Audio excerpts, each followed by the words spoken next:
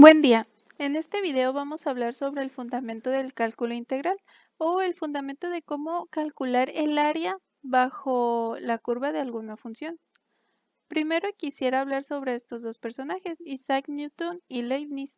Ambos realizaron aportaciones muy trascendentes en el ámbito de las matemáticas y por ello comparten el crédito de ser reconocidos como los desarrolladores del cálculo. Sin embargo, en esa época ambos tenían una disputa sobre tener este título, cosa que no hubiera ocurrido si tan solo Newton hubiera publicado sus investigaciones conforme las concluía, y no tener que esperar hasta 20 años después por vergüenza de que se burlaran de sus resultados. Aunque actualmente el padre del cálculo se considera que es Isaac Newton, la notación y los procedimientos que utilizamos son más enfocados a los procedimientos que desarrolló Leibniz. Ahora muy bien, ¿cómo vamos a calcular el área bajo la curva de alguna función? Supongamos que tenemos esta función, que es una recta. Ok. Si yo quiero calcular el área en esta parte, si yo le dibujo un rectangulito aquí, pues yo fácilmente la puedo encontrar multiplicando la base por la altura. Y ya obtengo este rectángulo y pues la base me la va a estar dando mi valor en mi eje X y la altura me la va a dar mi función, que en este caso pues la función siempre va a ser constante. Entonces el área no va a ser más que la multiplicación de ambos valores. Pero pues hay que mencionar que no todas las funciones van a ser así, ¿ok? Tenemos esta curva que ahora, ¿cómo le hacemos para poder calcular esta área sombreada? Pues en lugar de dibujar un rectángulo nada más como tenemos aquí, pues dibujamos varios rectángulos. Entonces, estos rectángulos vamos a calcular el área de cada uno y vamos a sumar al final dependiendo de la cantidad de rectángulos que nosotros dibujemos. Entonces, el área nosotros la podemos aproximar como la sumatoria de n cantidad de rectángulos que nosotros calculamos multiplicando el valor de la altura f de x sub índice y por delta x. Delta x, ¿qué vendría siendo? Pues la base de mi rectángulo y f de x sub índice y, pues mi altura. Esta altura, x sub índice y, más adelante se va a definir. Entonces, mientras mayor sea la cantidad de rectángulos que yo dibuje debajo de mi curva, pues obviamente voy a aproximar más el área a mi valor exacto. Entonces, si después, conociendo esto, yo utilizo una cantidad infinita de rectángulos, pues puedo llegar al valor exacto del área. Aquí ya estamos metiendo el concepto de límite. ¿Y cómo calculamos eso? Desde el inicio nosotros aproximamos el área utilizando esta fórmula. Si yo añado el concepto de límite, el área la puedo calcular con esta fórmula. Pero, a ver, ¿qué es x sub índice y qué va a ser delta x? Más adelante, aquí lo vamos a observar. Estas son las fórmulas importantes en este tipo de problemas que no deben de faltarles. Delta x yo lo voy a calcular como la diferencia de mi intervalo donde voy a calcular el área. B va a ser mi límite superior y A pues mi límite inferior entre n. N va a ser el número de rectángulos. Estas fórmulas, ambas y la de x sub índice y, que nosotros lo vamos a encontrar de esta forma, van a ser indispensables tanto para calcular el área utilizando el teorema del límite como en este caso y en problemas de sumatorias inferiores y superiores, así como en las sumas de Riemann. Es por ello que estas fórmulas no se nos vayan a olvidar. Ya definimos delta x, ya encontramos cómo es que suponemos o cómo es que llegamos al planteamiento de esta fórmula. Pero ahora nos falta x subíndice y. Ese x subíndice y, pues, ¿qué va a ser? No es más que el valor de mi función en un determinado valor de x dentro de la distancia que va a tener como base mi rectángulo. Es por ello que lo ponemos con esta ecuación. X subíndice y va a ser igual a A, que es mi límite inferior, más I por delta X.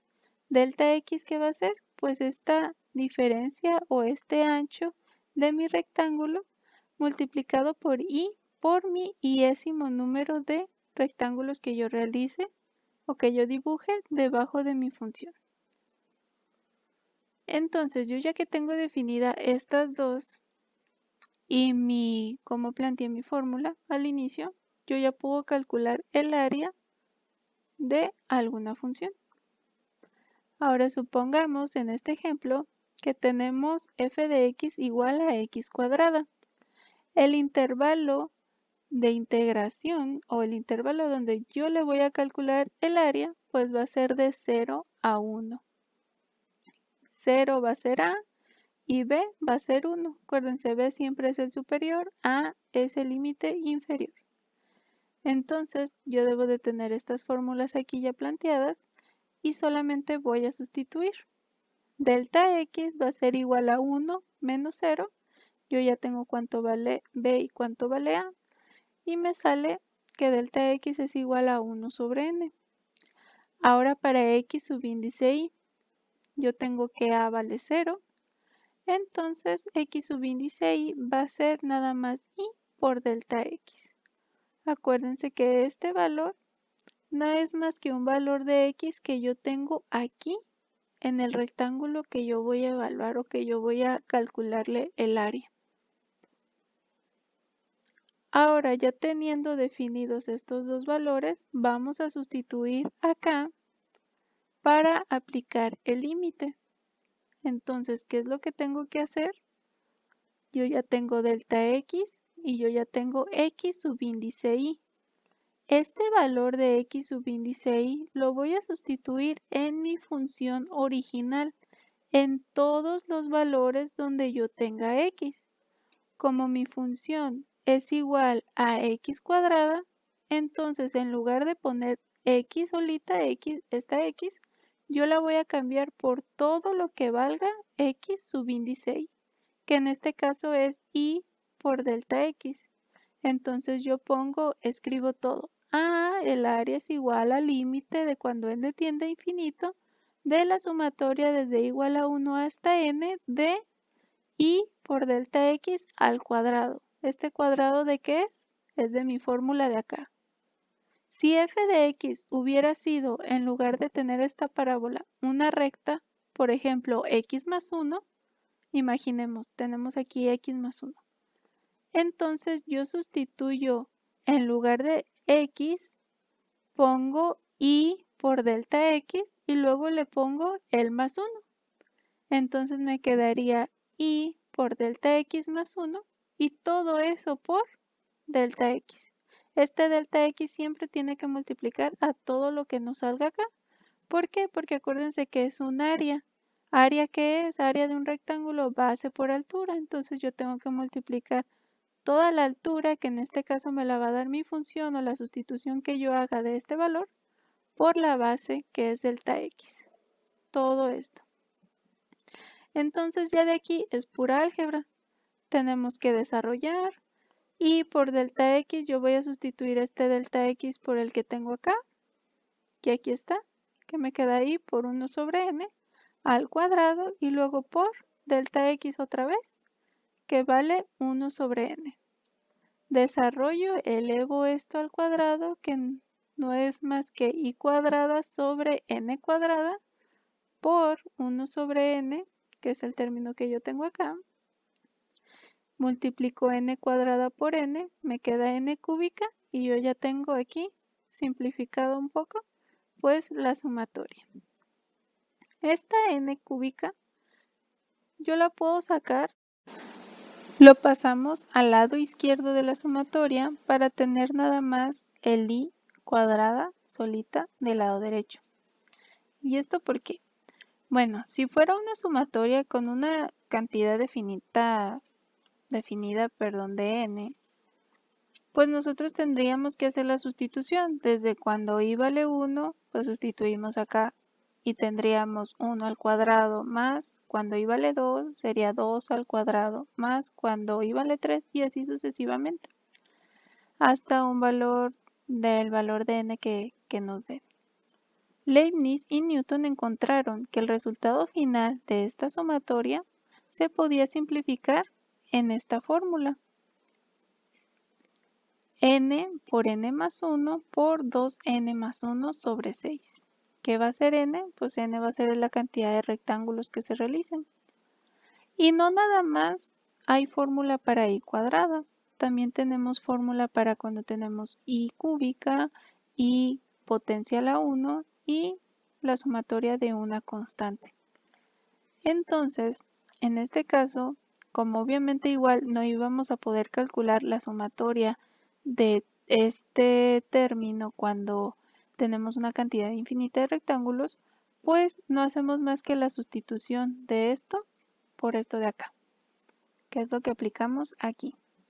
Sustituimos, mucho ojo, cuando sustituimos ya la fórmula, ya eliminamos el símbolo de la sumatoria porque ya no vamos a sumar una cantidad determinada de términos, ya lo pasamos todo a esta fórmula. Entonces nos queda esto.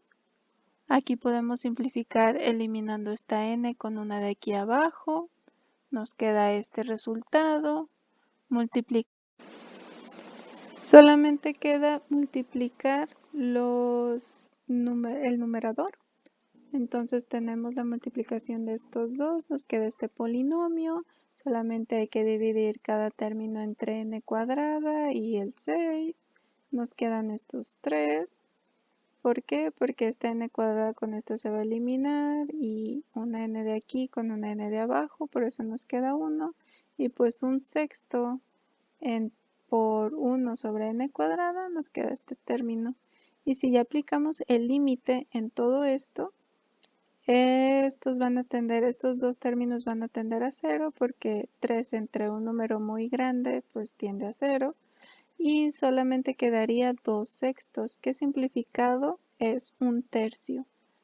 Entonces para este ejemplo, para esta parábola, el área bajo la curva en el intervalo de 0 a 1 sería 1/3 de unidades cuadradas. Hay que notar el procedimiento tan largo que tuvimos que hacer para poder llegar a este resultado. Todos estos procedimientos y esta serie de pasos, Newton y Leibniz lo pudieron simplificar en las fórmulas de integración que ya nosotros conocemos. Pues aplicando lo que es ya la integral definida, si ven, esta es muy parecida a la fórmula que nosotros tenemos acá. El símbolo de integración no es más que el símbolo de sigma más alargado. De ahí es donde sale. Tenemos aquí f de x y este delta x se cambia pues por nuestro diferencial de x. Y nuestro intervalo de integración lo ponemos aquí como si fuera aquí la y igual a 1 y aquí nuestra n, que no es más que el intervalo en donde vamos a calcular el área. Entonces, para esta función, donde tenemos x cuadrada, nosotros aplicamos esta fórmula. La fórmula de integración para este tipo de función no es más que elevar una unidad su potencia y dividir entre esa potencia, siempre y cuando x sea n diferente de menos 1. Entonces, si aplicamos la fórmula, nada más nos queda límite superior vale 1. ¿Por qué? Porque b vale 1, a vale 0, es mi límite inferior. Sustituimos 1 al cubo, seguiría siendo 1 entre 3, menos 0 entre 3, pues es 0. Y llegamos al mismo resultado en un solo renglón, a diferencia ya de todo el procedimiento que tuvimos que hacer. Todo esto es lo que realizaron pues estos dos físicos, ahorrarnos todos estos pasos ya con las fórmulas de integración que nosotros ya conocemos.